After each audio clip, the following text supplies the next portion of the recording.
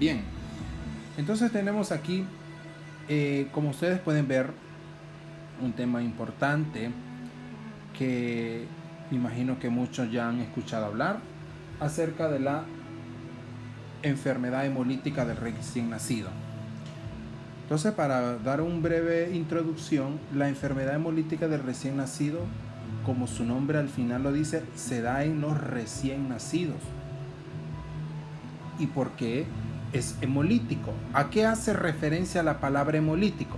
Bueno, pues la palabra hemolítico hace referencia a un proceso de destrucción masiva de glóbulos rojos mediado precisamente por anticuerpos. ¿Y qué son los anticuerpos? Para los que no saben, los anticuerpos son aglutininas, o mejor dicho, proteínas que circulan en la sangre, y estas proteínas están involucradas precisamente en mediar la respuesta inmune humoral. Entonces vamos a ver a profundidad en qué consiste esta fisiopatología de esta enfermedad hemolítica que sufren los recién nacidos. Entonces, antes de todo, tenemos que definir objetivos para abordar este tema precisamente, y es establecer la definición y características de la enfermedad hemolítica del recién nacido, conocer los anticuerpos causantes y sus frecuencias, conocer el mecanismo de producción de la enfermedad hemolítica del recién nacido, indicar las pruebas utilizadas para el diagnóstico y manejo de la enfermedad hemolítica del recién nacido, dado los fenotipos maternos y del bebé, determinar el tipo sanguíneo a utilizar durante una exanginotransfusión, y describir la globina anti-D y describir su función también. Identificar las indicaciones para el uso de globina anti-D y comparar y contrastar la enfermedad hemolítica de recién nacido ABO versus RH. Entonces, como ustedes pueden ver aquí en la imagen, tenemos una madre que lleva en su vientre a un bebé. La madre ya hablando, conociendo el principio de la tipificación ABO y RH, miramos que la madre es RHD negativo. Eso quiere decir que el antígeno RH se encuentra deficiente en la madre, o sea, el antígeno D, el complejo de proteínas que pertenecen al sistema RH, no se encuentra presente en los glóbulos rojos. Y para dar una breve descripción, el antígeno RH es el que le confiere a las personas decir es A positivo, es A negativo. Entonces, cuando nosotros decimos él es O positivo, significa que no tiene antígenos A y B, pero sí tiene el antígeno RH. Esa palabra que diga positivo y negativo significa que si es positivo tiene el antígeno RH, pero si es negativo no tiene antígeno RH. Pues en este caso, como ustedes pueden ver en la primera figura, la madre es RHD negativo, pero el feto que ella lleva en su vientre es RHD positivo. Entonces, ¿qué va a pasar? Una respuesta inmunológica. La madre, al ver que lleva en su vientre antígenos que ella no ha reconocido, entonces ¿qué va a hacer la madre? De manera inmunológica va a desarrollar anticuerpos contra los glóbulos rojos del feto. Entonces, en el primer parto el bebé no sufre una crisis hemolítica, por lo tanto la madre va a tener su parto de manera normal y en condiciones normales y naturales. Pero ¿qué va a pasar? Sus anticuerpos ya van a estar circulando en ella para posteriores partos.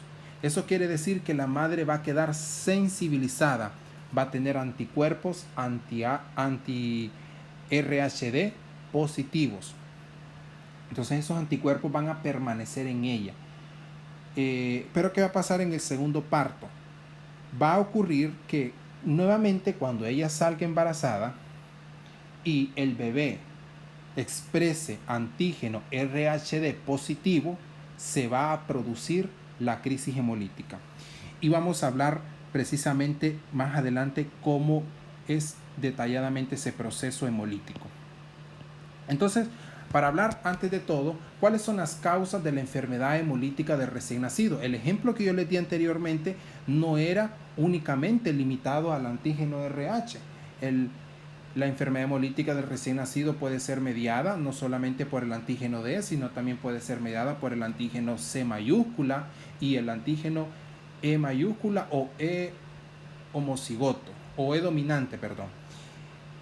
Y también puede ser también mediada por otros anticuerpos extraños, o mejor dicho, distintos al sistema RH. Entonces, cuando nosotros decimos sistema, estamos hablando de un conjunto de antígenos que pertenecen a un sistema como tal. Por ejemplo, el sistema RH está constituido por antígenos tales como el antígeno D, el antígeno C, el antígeno E minúscula, el antígeno E mayúscula.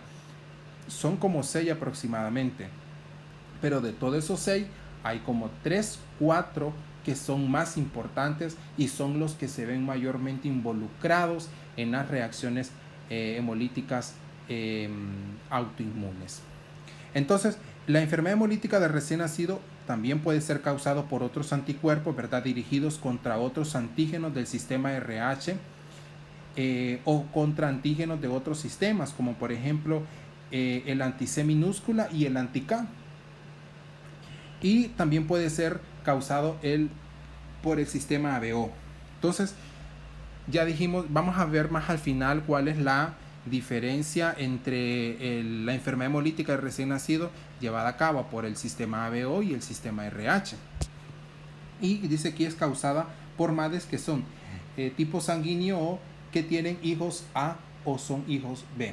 Entonces, para dar un breve así resumen, cuando estamos hablando glóbulos rojos tipo O, estamos hablando de que estos glóbulos rojos no tienen antígeno A ni antígeno B. Entonces, estos glóbulos rojos, cuando hablamos de glóbulos rojos tipo A, estamos refiriendo que únicamente solo tienen el antígeno A, y cuando estamos hablando de glóbulos rojos tipo B, tienen únicamente antígeno B. Pueden haber una combinación de ellos dos, A y B, y por lo tanto va a haber una ausencia de la expresión de anticuerpos en el suero de estos individuos. Pero este ya es otro tema que vamos a estar explicando en otro video. Entonces miremos aquí la caricatura con los padrinos mágicos. Estamos hablando aquí de que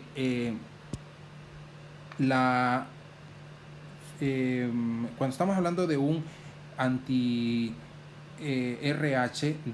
negativo, estamos hablando de que en el primer parto pues no hubo una crisis hemolítica, pero la madre se sensibiliza y por lo tanto el hijo es RH positivo y no existe una crisis hemolítica, pero para el segundo parto sí que existe. Pero ¿cuáles son esos factores que afectan la inmunización y severidad de esta patología? Entonces, esos factores que afectan la severidad es la exposición al antígeno. Si vamos a hablar de la exposición al antígeno, está refiriéndose cuánto estuvo expuesto ese bebé a los anticuerpos hemolíticos que porta la madre en su sangre. También está afectada por el tipo de inmunoglobulina también, si es una inmunoglobulina de tipo IgG o una IgG2, una IgG1, IgG3. También está llevada a cabo por factores del hospedador, respuesta del hospedador, qué tan fuerte es la respuesta de anticuerpos, qué tan alto es el título de anticuerpos que la madre monta hacia su propio feto, y la especificidad del anticuerpo, qué tan específicos son esos anticuerpos al dirigirse a los epítopos que constituyen a estos antígenos, y el grupo ABO también es mediado también en esto. Entonces, cuando hablamos de la exposición al antígeno, estamos hablando a la hemorragia feto-materno. Entonces, de acuerdo a cuánto esté expuesto ese feto en el vientre de su madre por un tiempo determinado, va a ser también así el porcentaje de hemorragia feto-materno. O sea, entre mayor está expuesto el bebé en el feto de su madre, desde luego va a haber una mayor hemorragia y mayor daño causado por esos anticuerpos que la madre porta en su suero. Cuando hablamos también de la respuesta del hospedador, como les decía, era ese poder inmunológico que la madre va a montar a su propio feto, y dice que el 9% de las madres son RH negativas, se inmunizan, el 9%, ¿verdad? Y el tipo de inmunoglobulinas. También les decía que los anticuerpos tienen que ver mucho en eso. Aquí, por ejemplo, ustedes pueden ver que la inmunoglobulina tipo IgG1 y IgG3 son más eficientes destruyendo esos glóbulos rojos. Por lo tanto, al haber mayor involucramiento de este tipo de anticuerpos, las crisis hemolíticas serán más severas. En la especificidad del anticuerpo, ¿verdad? Como podemos ver aquí en la tabla, los anticuerpos que aún se ven que son más comunes son los anti-D, los anti-C mayúsculos, los anti-E mayúsculas, los anti-C minúsculas, los anti-E minúsculas y los anti-K. Los que son raros son los anti-FIA, que son los que en este caso no serían dentro del sistema RH, FIA, el sistema, los anticuerpos anti-S minúscula, anti-M mayúscula, anti-N mayúscula, anti-S mayúscula y anti-JKA. Y los que no se ven involucrados son los anti-Lewis A, anti-Lewis B, el anticuerpos anti-I, anti-IH y anti-P1. ¿Verdad? Entonces, aquí podemos ver esto. Bueno, esto es una para manera de información. Y es la especificidad de los anticuerpos estos. Y el grupo ABO, si la madre e hijos son ABO incompatibles, esto pareciera proteger contra la inmunización. También. Entonces vamos a hablar de la patogénesis. ¿En qué consiste? Vamos a hablar del proceso más a detallado de la enfermedad hemolítica del recién nacido, ya sea por ABO, por RH y por otros sistemas sanguíneos. Entonces, decíamos, cuando la madre viene y queda sensibilizada por esos anticuerpos, entonces ya en el segundo parto la madre pues tiene un poder inmunológico mayor, entonces monta una respuesta con mayor fuerza hacia esos antígenos extraños.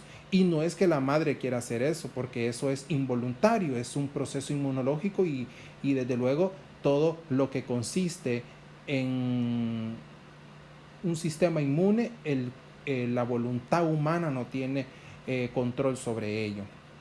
Entonces la madre de manera involuntaria lleva a cabo este proceso hemolítico. Entonces dice que los eritrocitos primero de la madre, los eritrocitos son sensibilizados, son removidos por el sistema retículo endotelial. Entonces, cuando dice que los eritrocitos son sensibilizados, son removidos por el sistema retículo endotelial, esto es en el bebé.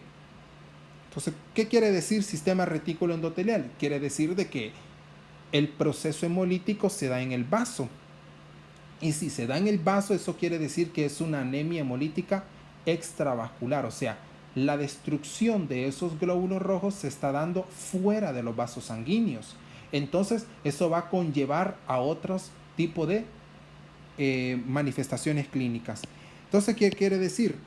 Que dice que si hay una destrucción masiva, si esos glóbulos rojos que están sensibilizados, eso estamos hablando ya aquí, ubiquémoslos en el feto ya, esos glóbulos rojos del feto que están sensibilizados por anticuerpos anti-RH positivos que vienen de la madre, entonces el cuerpo del bebé viene y los envía al vaso.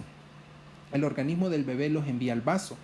Y como ustedes pueden ver aquí en la imagen, se produce una anemia. Porque recordemos que los glóbulos rojos son los encargados de transportar el oxígeno por el cuerpo.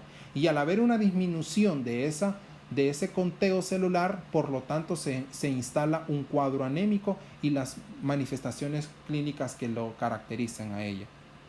Entonces en el vaso hay una infiltración de macrófagos. Eso quiere decir que el vaso se va a inflamar, o sea, se va a agrandar.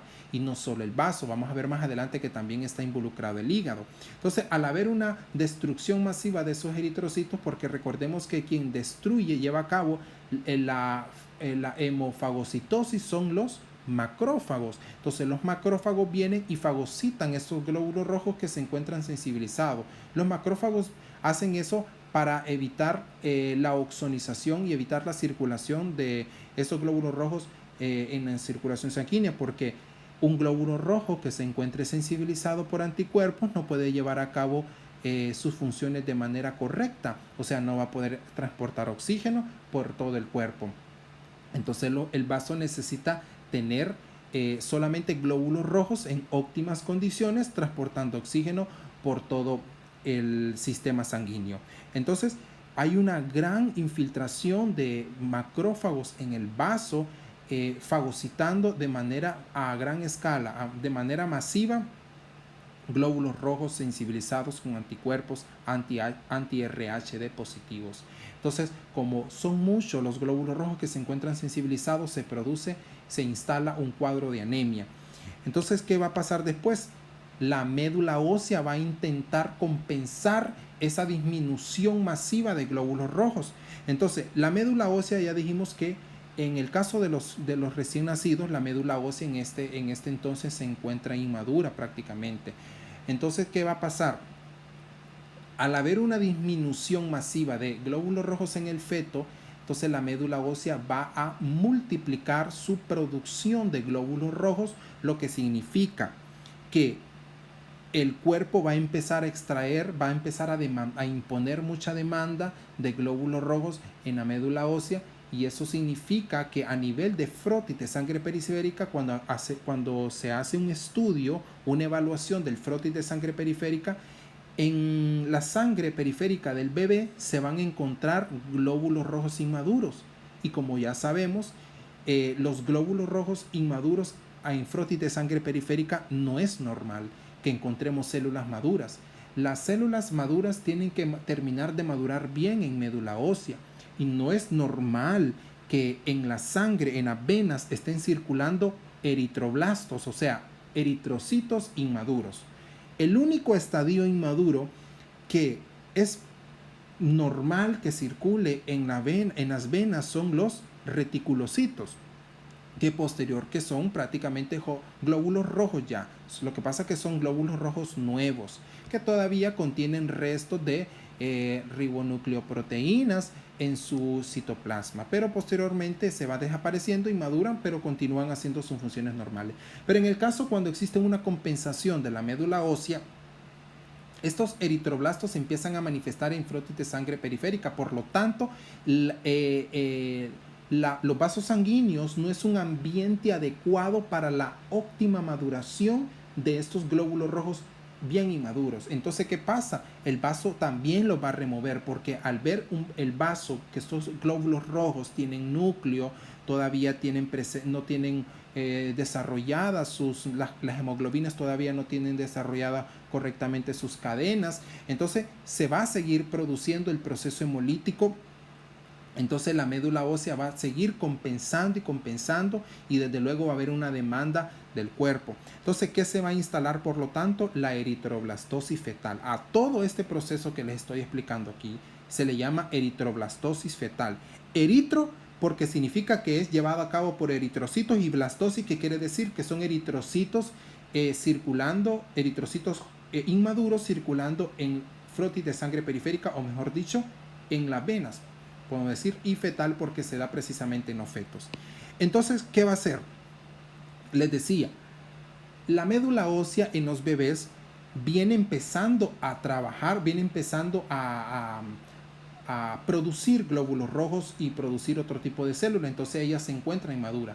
Por lo tanto, el vaso, desde luego, tiene una función muy importante en los primeros meses de vida. El hígado tiene, y también el vaso, pero en menor proporción.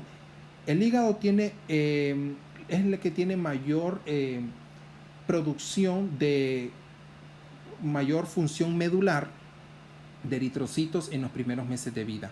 Entonces, como el hígado está compensando esos niveles de eritrocitos disminuidos, entonces eso quiere decir que el hígado va a empezar a crecer también, se va a agrandar por lo mismo, porque recordemos que los macrófagos y las células dendríticas son las que precisamente son encargadas de madurar, de revestir de antígenos a esta célula. Entonces, al haber una demanda mayor de eritrocitos, entonces desde luego va a haber una demanda mayor de macrófagos y células dendríticas.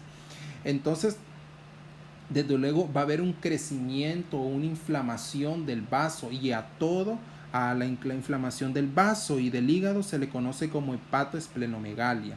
Entonces, eso se le llama compensación, y también la médula ósea va a estar compensando. Entonces, al haber un cuadro de anemia severa, más hipoproteinemia, como les decía, anemia severa. ¿Por qué? Aunque exista compensación por parte de hígado y médula ósea, inclusive vaso, recordemos que estos eritrocitos que están siendo enviados porque el cuerpo los está demandando mucho, entonces en el intento de querer demandar más, están recibiendo glóbulos rojos que todavía no están listos para llevar a cabo sus funciones de transporte de oxígeno. Entonces, cuando vienen y pasan por el vaso los detiene y los aparta de circulación. Entonces, la anemia severa es un ciclo.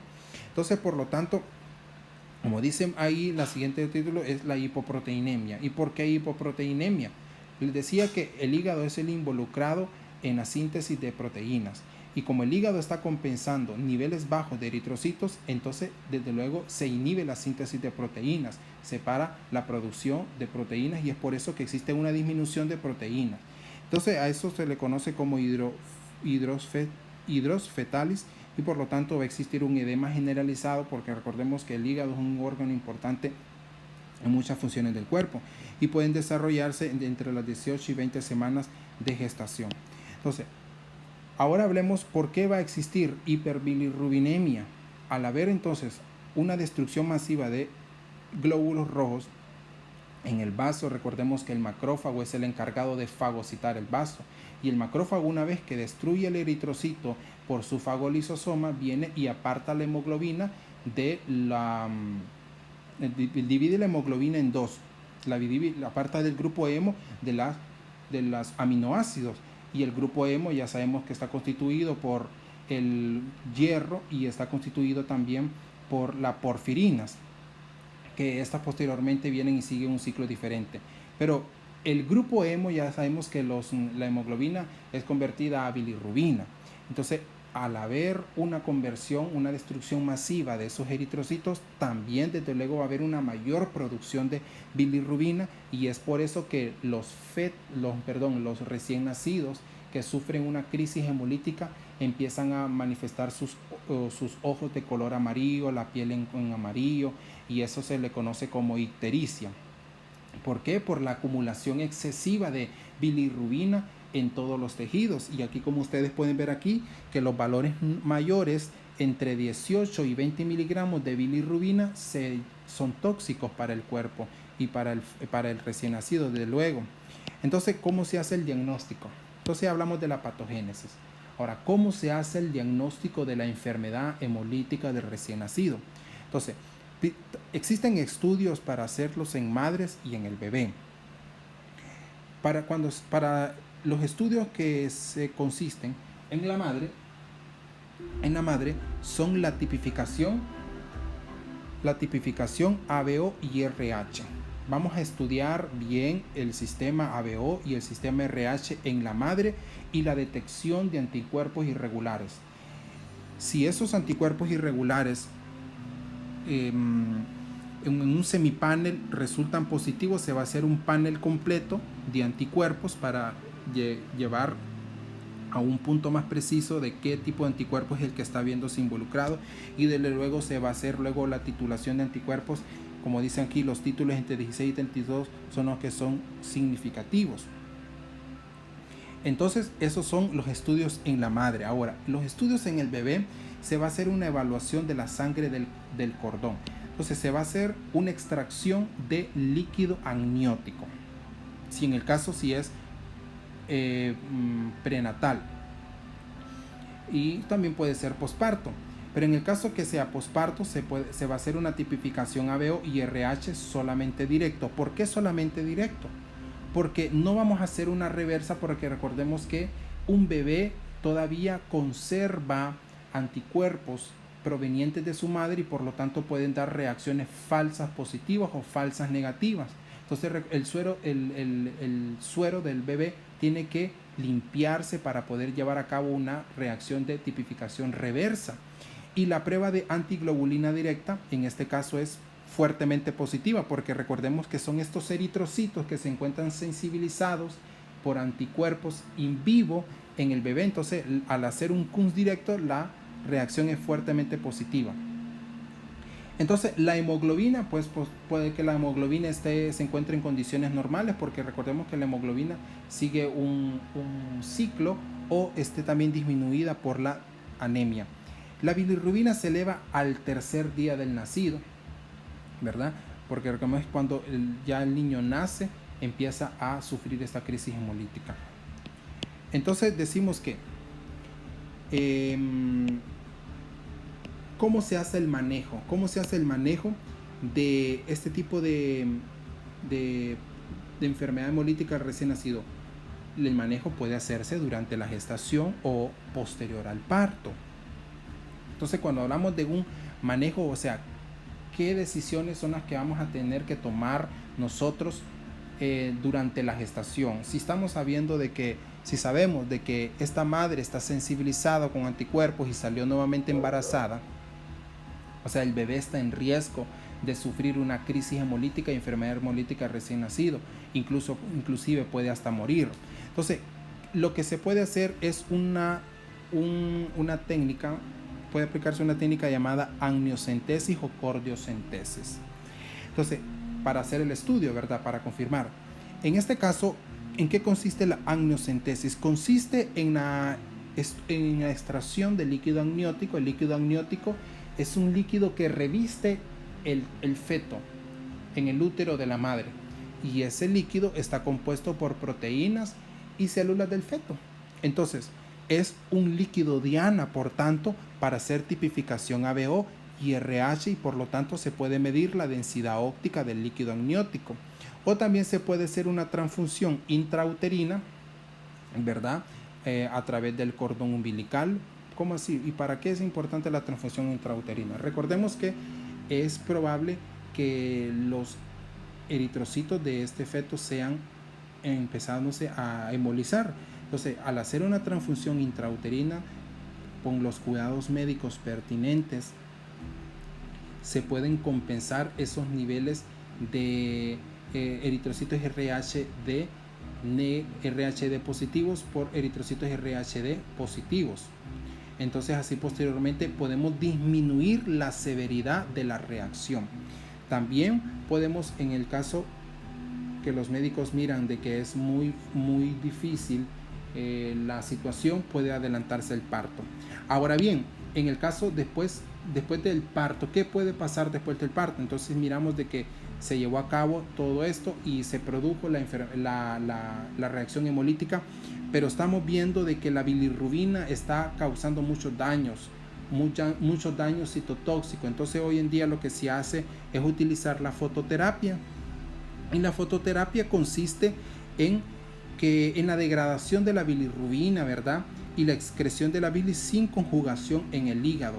Entonces la fototerapia viene y empieza a degradar la bilirrubina, y la fototerapia no solamente es aplicada para disminuir la hiperbilirrubinemia, sino que también es aplicada en la psoriasis, es aplicada también en el vitiligo y como técnica de tratamiento en la depresión. Y la exanginotransfusión, que vamos a ver más adelante, que se encarga de remover altas concentraciones de bilirrubina indirecta, en este caso que ya ha sido convertida directa a indirecta, y remover los anticuerpos maternos también. Esa es la exanginotransfusión. También la exanginotransfusión es importante para remover los eritrocitos sensibilizados en el feto o en el recién nacido, y remover los eritrocitos incompatibles y reemplazarlos por compatibles. También es importante para suprimir la eritropoiesis. ¿Por qué? Porque es importante para suprimir la eritropoiesis. Recordemos que hay una demanda hacia la médula ósea. Entonces la médula ósea está compensando, está trabajando demasiado. Entonces lo que se puede hacer con la exanginotransfusión es suprimir el trabajo de la médula ósea para que ya no siga produciendo eritrocitos inmaduros, porque eso no es lo que queremos nosotros. Nosotros queremos glóbulos rojos correctamente maduros, con sus contenidos de hemoglobina correctos, sin presencia de núcleo celular, que esos glóbulos rojos ya hayan expulsado su núcleo, y que no sean reticulocitos, sino que sean ya glóbulos rojos que puedan transportar ese oxígeno por todo el cuerpo. Entonces es preciso hacer la exanginotransfusión.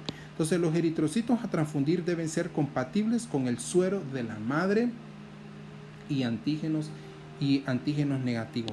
Entonces, ¿qué tipo sanguíneo sería mejor y en qué condiciones? ¿Verdad? Se la pregunta. Eritrocitos O, resuspendidos en plasma AB, ¿verdad? Entonces, ¿qué quiere decir eritrocitos O? ¿Cuáles son el tipo sanguíneo que sería mejor? Bueno, serían los glóbulos rojos tipo O, ¿verdad? Porque son los que no tienen antígeno AB, y resuspendidos en plasma AB. ¿Qué quiere decir que son plasma AB? O sea, que no tengan anticuerpos ni contra A ni contra B. El plasma recibe su nombre AB por el tipo sanguíneo. Si tenemos entonces antígeno A y antígeno B en un glóbulo rojo, por lo tanto no va a haber anticuerpos contra A ni contra B. O sea, el propio cuerpo de manera natural no va a desarrollar un autoanticuerpo. El glóbulo rojo va a tener, si va a ser antígeno A, va a tener anticuerpos contra B. Si va a ser antígeno B, va a tener anticuerpos contra A. Si va a ser un glóbulo rojo tipo A y B, no va a tener anticuerpos ni contra A ni contra B. Pero en el caso de que sea un glóbulo rojo tipo O, no, en ese caso sí va a tener anticuerpos contra A y contra B. Pero en este caso, como dice aquí, valga la redundancia de palabras, el glóbulo rojo de elección es el glóbulo rojo tipo O y plasma AB, o sea que no tenga anticuerpos contra A ni contra B.